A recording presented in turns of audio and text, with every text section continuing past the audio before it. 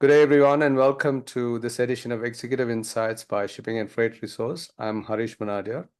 Today, I'm pleased to have with me Grant Hunter, the Director of Standards Innovation and Research for BIMCO. Good day, Grant, and welcome to the show. Yes, hello. Thank you very much for inviting me, Harish. Grant, a lot of people still may be in the uh, area of understanding what BIMCO is and what BIMCO does.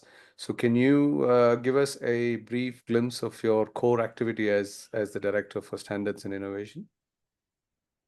Sure. BIMCO, in a nutshell, is the world's largest private international ship owners association. Our members, our owners and operators are responsible for something like 65% of the world's merchant fleet. So we've got a sizable organization. We're very much focused on regulating the shipping industry, helping the daily operations of our members. We're a very practical organization. And one of the key areas which we're increasingly looking at is digitalization and how we can help our membership through a digital transformation so that they can realize the benefits of digitalization. So we're very active in raising awareness and educating not only amongst our members, but amongst the wider industry all about digitalization and hopefully acting on their behalf to clear some of the obstacles that still remain. So the question of digitalization also obviously sometimes brings up for people, just somebody scanning documentation, converting it into PDF and sending it by email. Is that what I'm sure that's not what digitalization is all about. No, I mean, to me, what you just described is digitization, which is a very similar sounding word, but it's, what we're looking actually at is the data contained within these documents, not simply making an electronic replica of them, but what's the data in there? What is their value? What are the sort of rights and responsibilities that are associated with that document? And I think the electronic bill of lading is a clear example because it is a document that not only evidences a contract of carriage and also receipt for the goods on board, but there's also a document of title. So in international trade, it's a very significant and important document. And we have to make sure in the digital world that we're able to share those same characteristics that the bill of lading has in the paper world as well. So that's an important aspect of it, which doesn't come simply by scanning in and making a PDF. You actually have to have a proper platform with an infrastructure in it and rules and regulations about how that might work in practice. Can you share some real world examples where you have seen the benefits of electronic bills of lading, where it's been successfully integrated? Yes, definitely. BIMCO since last year has been running a campaign called the 25 by 25 campaign. And that is basically to encourage shippers to put 25% of their annual trade volume on electronic bills of lading by 2025. We've been working very closely with a number of shippers, also ship owners as well, and other stakeholders to make this happen. And we're very pleased that even 1 year into this campaign, we've already achieved quite some considerable success with 4 of the world's largest mining companies, which is BHP, Rio Tinto, Vale, and Anglo American. They've managed to shift 25.1% of their annual trade volume of iron ore into China. Now, these 4 companies alone ship 70% of China's imports of iron ore every year. So it's a significant volume of cargo. We're not here measuring the numbers of bills of lading. That's not really relevant in the bulk shipping world, but the volume of cargo and the value of that cargo is really significant, as is the fact by using an electronic bill of lading reduces your reliance on letters of indemnity, which is in itself a sort of a legal and commercial risk. So here we're really seeing traction in the use of electronic bills of lading. It's one commodity at the moment, but we'll be expanding this campaign out to other commodities in the bulk sector in the months to come. That's very encouraging to hear indeed. And one of the common problems that has been mentioned in adoption is interoperability. And how's BIMCO overcoming this particular aspect? Because there's a notion that without this you can't move forward and everything must come to a standstill. Well, I would never agree that everything will come to a standstill without interoperability. I mean, with my last example, I've clearly shown the fact that you are able to use electronic bills of lading with the systems we have now, which don't yet have interoperability. So it is possible, it can be done. Interoperability will simply make all of this much, much easier to do in the future. And so, it's a good development, but it isn't necessary in order to just to use electronic bills of lading. So it's an enabler, and it will certainly will help things along. There is a lot of work being done, certainly not by BIMCO on its own. The only way these things are achieved is through collaborating, to working together with all of the stakeholders. And we are part of the FIT Alliance, which is the Future Trade Alliance, which is BIMCO together with the Digital Container Ship Owners Association, the International Chamber of Commerce, SWIFT, the bank message system, and FIATA, the freight forwarders. All of us are working together to raise awareness, to help educate the industry on this, but also to push the platforms to find a solution for interoperability as well. And we do recognize, it's a bit of a pain if you have to use more than one platform if you are using e-bills. And so obviously we would like this interoperability to feature to arrive sooner rather than later. But I know a lot of work has been done on it, and I would certainly hope that we see a solution coming or appearing on the market within months to come.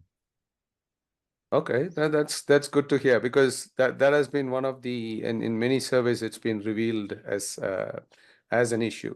But I'm glad to hear that it is not. And in terms of, I mean, BIMCO has always been known for its contracts and charter parties. Are you standardizing these as electronic standards, or is it still in the pipeline for users to adopt, or is it available already? What we've done in terms of the bill of lading, we have developed an electronic bill of lading standard for the bulk shipping industry. So these are the data sets that would be found in most bills of lading used in the bulk shipping industry. So from that point of view, we've created a digital standard. Now, we also create the paper standards, bills of lading like Congen bill. That's a kind of a visualization of the data. So those can certainly accompany the data electronic bill of lading standard when they pass through various systems. So that's there and that's available already. So we already have the infrastructure and the documents and the standards in place, ready for these to be used by the platforms, which will particularly come into its own when we have interoperability, and therefore we need these standards for moving the documents between platforms. So are these standards for companies to develop APIs around it and ensure connectivity?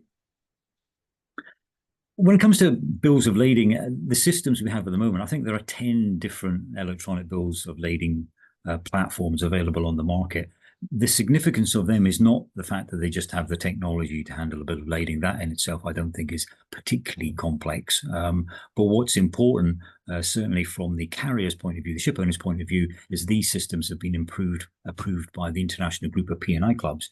Because what people will need to know is that as a ship owner, you're not going to use an electronic bill of lading unless you know it's not going to prejudice your P&I cover. So all of these current 10 platforms have been approved by the international group. And essentially what they're saying is use one of these platforms, and that electronic bill of lading will be treated in exactly the same way as if it was a paper bill of lading. And that's an important aspect of the use of electronic bills of lading as it currently stands.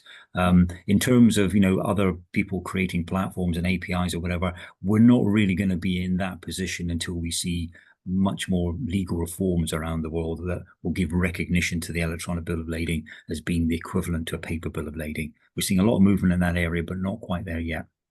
Okay, nice. And what about security and data privacy and data security is of concern to customers?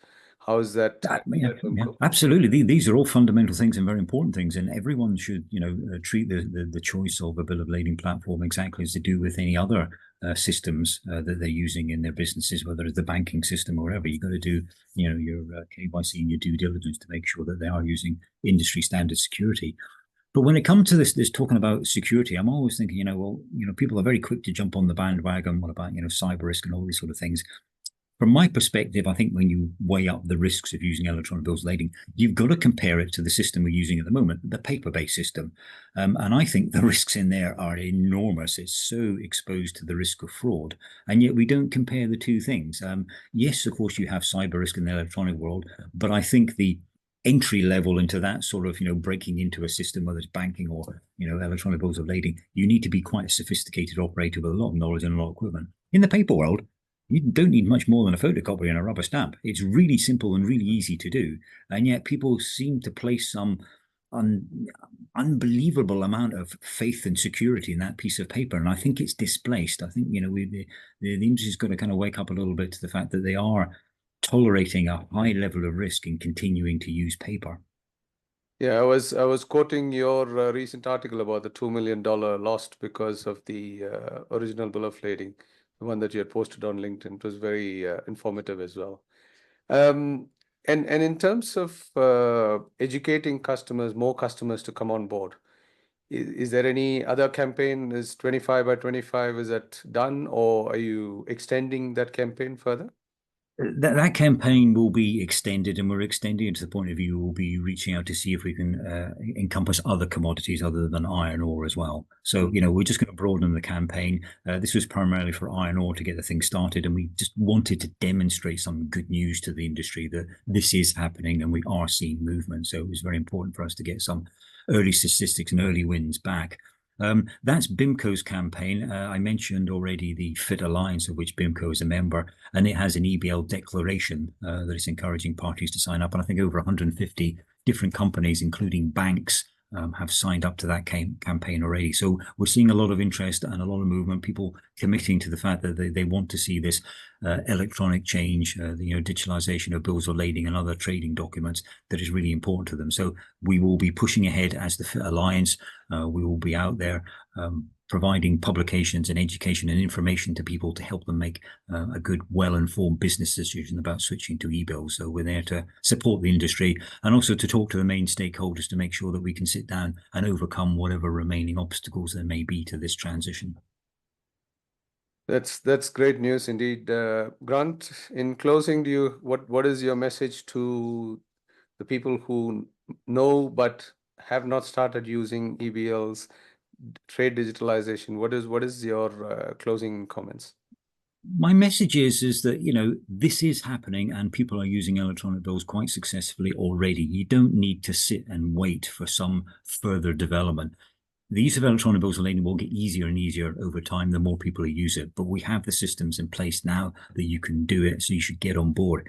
It's quite easy to sort of sit back and sit on the fence a little bit, like, you know, pointing out obstacles. What we want is people to get off the fence, step forward and work together with us and all the other stakeholders to overcome these obstacles, because all of them can be overcome, but it's a whole lot easier if everybody joins in and does it. So, you know, really just encourage people to have a look at the systems, you know, get in touch with me at BIMCO or through the Fit Alliance, and we can provide you with information sheets and guidelines on how to help you make that decision, an informed business decision, find out a little bit more about what's involved and what the benefits are. So, you know, this is now the time to do it.